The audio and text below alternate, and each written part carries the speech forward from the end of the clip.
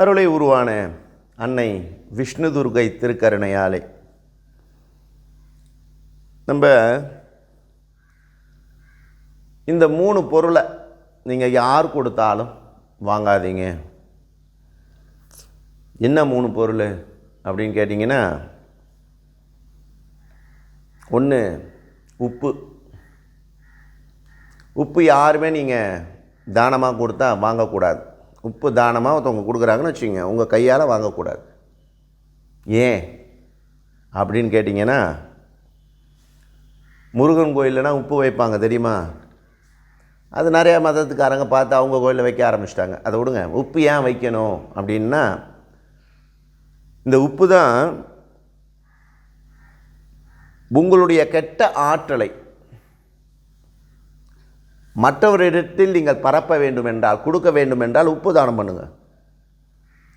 உங்கள்கிட்ட கெட்ட திங்கிங், கெட்ட எண்ணங்கள் உங்களுக்கு இருக்குதா, அந்த கெட்ட எண்ணங்களை அப்சர்வ் பண்ணுற ஆற்றல் உப்புக்கு இருக்குது.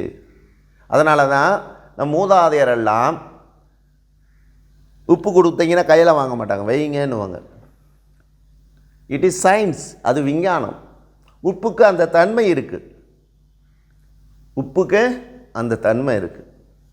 உப்பு யார் கையால் கொடுத்தாலும் வாங்கக்கூடாது. நீங்கள் கையால் அவங்க கையால் உப்பு வாங்கிட்டீங்கன்னா அவங்கள்ட்ட இருக்கிற நெகட்டிவ்னால் உங்கள்கிட்ட வந்துடும். அதேமாதிரி உங்கள்கிட்ட இருக்கிற நெகட்டிவ்னால் வெளியே போகணும் அப்படின்னா, ஒரு 2 பாக்கெட் உப்பு வாங்கி, கல் உப்பு வாங்கிக்கிங்க, உங்கள் காலு கீழே வச்சிங்க, மிதிச்சிங்க, தண்ணியை ஊற்றி கால் கீழே மிதித்து வச்சிங்க, ஒரு 10 நிமிஷம் இருங்க. உப்புக்கு மேலே உங்கள் காலை வச்சுக்கிங்க. உங்கள்கிட்ட உள்ள நெகட்டிவ் எல்லாம் இறங்கும். இந்த மாதத்தில் ஒரு நாள்னாச்சும் இதை செஞ்சு பாருங்கள். பயங்கர டென்ஷன் ஆகிறேன் சாமி, எதுக்காக நான் டென்ஷன் ஆகிறேன், எதுக்காக எனக்கு பிபி ஏறுது, எதுக்காக நான் கோவப்படுறேன்.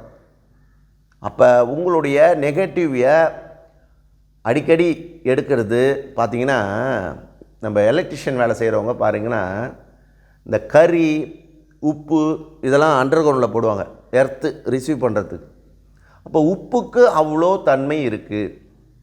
உப்பை நீங்கள் யார் கொடுத்தாலும் தயவுசெய்து கையால் வாங்காதீங்க. அப்படி வாங்கினீங்கன்னா அவங்களுடைய கெட்ட எண்ணங்கள், கெட்ட ஆற்றல்கள் உங்களுக்கு வந்துடும். அடுத்தது லெமன், எலுமிச்சப்பழம். இந்த எலுமிச்சப்பழம் சகல விதமான ஆற்றலும் செய்யக்கூடியது. நம்ம இந்து மதத்தில் பார்த்திங்கன்னா எல்லா இடத்துலையும் எலுமிச்சப்பழம் இருக்கும். சிவன் கோயிலில் இருக்கும், பெருமா கோயிலில் இருக்கும், முக்கியவாசி நம்ம கருமாரியம்மன் கோயிலில் இருக்கும். இப்போ எலுமிச்சப்பழத்துக்கு அவ்வளோ ஆற்றல். சாமி கோயிலில் கொடுக்குறாங்க, அது வாங்கலாமா? அது வாங்கலாம். ஏன்னா அங்கே நல்ல எனர்ஜியை ரிசீவ் பண்ணி இருக்கும், அதை வாங்கலாம். சிலவங்க என்ன பண்ணுவாங்கன்னா, அந்த வதம் செய்கிற காளி அதோட அந்த எலுமிச்சப்பழத்தை வாங்கி வண்டியில் கட்டிக்குவாங்க. அது தவறு. நான் சொல்கிறத புரிஞ்சுக்கணும். இப்போ ஒரு கொலை பண்ணிட்டான்னு வச்சுக்கோங்க, அந்த கொலை பண்ணவனுடைய மண்டை ஓட்டை எடுத்துன்னு உங்கள் வண்டியிலையோ உங்கள் மேலேயோ போட்டுக்குவீங்களா? இதெல்லாம் தெரியாமல் செய்கிற தப்பு. அது உங்களுக்கு நல்லதை விளைவிக்காது. நல்லா புரிஞ்சுக்கணும். காலி கீழே குங்குமம் வச்சு கையில் கொடுக்குறாங்களா, அது வாங்கலாம். அம்மா மேலே போட்டு வதம் செய்கிற காளி மேலே போட்ட ஒரு மாலை எடுத்து உங்களுக்கு போட்டாங்கன்னா it is a negative energy. அது தெரியாமல் நிறைய பேர் செய்கிறாங்க. சித்தர்கள் சொல்ல சொன்னாங்க, நான் சொல்லிட்டேன், அவ்வளோதான். நான் எதுவுமே சொல்ல முடியாது, நான் சொல்லத்துக்கு வாய்ப்பு இல்லை, என்னால் சொல்ல முடியாது. அப்புறம் முதல்ல என்ன சொன்னால் உப்பு, ரெண்டாவதுன்னா லெமன். அதே மாதிரி பெரிய பெரிய மகான்கள் அவங்க கையால் நீங்கள் லெமனை வாங்கலாம். ஏன்னா அவங்க சுயநலமற்றவருங்க. சுயநலமாக இருக்கிறவங்க உங்கள்கிட்ட லெமனை கொடுத்தீங்கன்னா, அதை எலுமிச்சப்பழம் கொடுத்தீங்கன்னா வாங்காதீங்க. 1, 2, 3வது எள்ளு.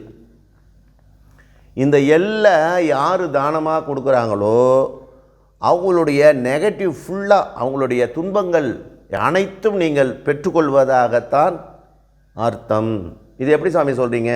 எள்ளு யாரோட தானியம் அப்படி பார்த்தீங்கன்னா சனி பகவான். சனி பகவான் என்பவர் யார் என்றால், உங்கள் வாழ்க்கையில் பலதரப்பட்ட கஷ்டங்களை கொடுக்கக்கூடியவர். வெறும் கஷ்டம் மட்டுமா கொடுப்பாரு? இல்லையே. உனக்கு யார் துரோகி?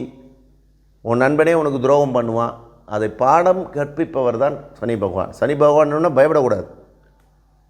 சனி பகவான் என்பவர் உனக்கு ஒரு பாடத்தை கற்றுக் கொடுக்குபவர் தான் சனி பகவான்.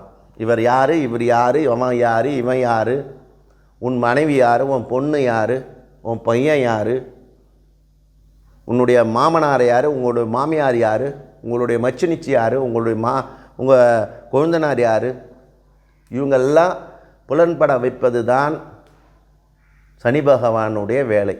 உங்கள் கையில் பணம் இருந்தால் நிறைய பேர் வருவான், பணம் இல்லைன்னா என்ன பண்ணுவான், வரமாட்டான். அப்போ யார் யார் என்னென்ன செய்கிறாங்க அப்படின்னு உங்களுக்கு பாடத்தை சொல்லிக் கொடுக்கவர் சனி பகவான். அந்த சனி பகவானை நீங்கள் பார்த்து அஞ்சக்கூடாது. ஏனென்றால் உங்கள் வாழ்க்கையில் அடுத்தடுத்து ஒவ்வொரு பாடமாக வரும். வாழ்க்கை என்பது ஒரு பாடம். அந்த பாடத்தை படிச்சுட்டு அதில் வர தவறை திருப்பி செஞ்சால் அவன் முட்டாள்.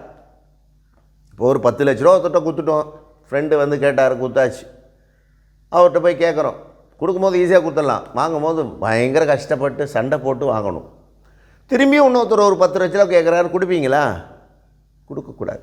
நீங்கள் கொடுத்தீங்கன்னா அந்த பாடத்தை நீங்கள் சரியாக கற்றுக்கல. சரி, நம்ம வந்து இதை பார்ப்போம். முதல்ல உப்பை பார்க்கக்கூடாது, உப்பு வாங்கக்கூடாது. 2வது எலுமிச்சம்பழம் வாங்கக்கூடாது. 3வது எள்ளு வாங்கக்கூடாது. இந்த 3ம் நீங்கள் தானமாக கொடுத்தீங்கன்னா யாருனாச்சும் வாங்கினா உங்களுடைய நெகட்டிவாக அவங்க வாங்குறாங்கன்னு அர்த்தம். அந்த மாதிரி யாருக்கும் கொடுக்காதீங்க, நீங்களும் வாங்காதீங்க. இது சித்த பெருமக்கள் சொன்னதை நான் உங்களுக்கு சொல்கிறேன். நீங்கள் அனைவரும் ஆனந்தமாக இருங்கள். நல்லது நடக்கும், நல்லதே நடக்கும். திருச்சிட்டம்பலம், தில்லையம்பலம், சிவசிதம்பரம், அருணாச்சலம்.